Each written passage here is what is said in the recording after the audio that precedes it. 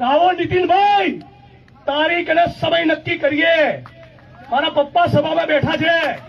મારા બાપની સોગંદ અને ડોક્ટર ભીમરાવ બાબા સાહેબ આંબેડકરની સોગંદ નક્કી કરો તારીખ અને સમય.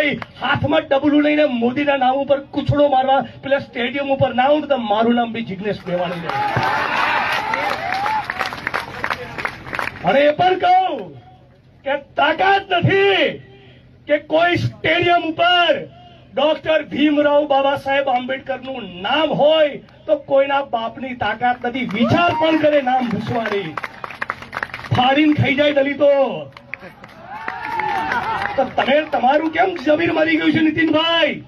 તમને પૂછવા માંગુ છું.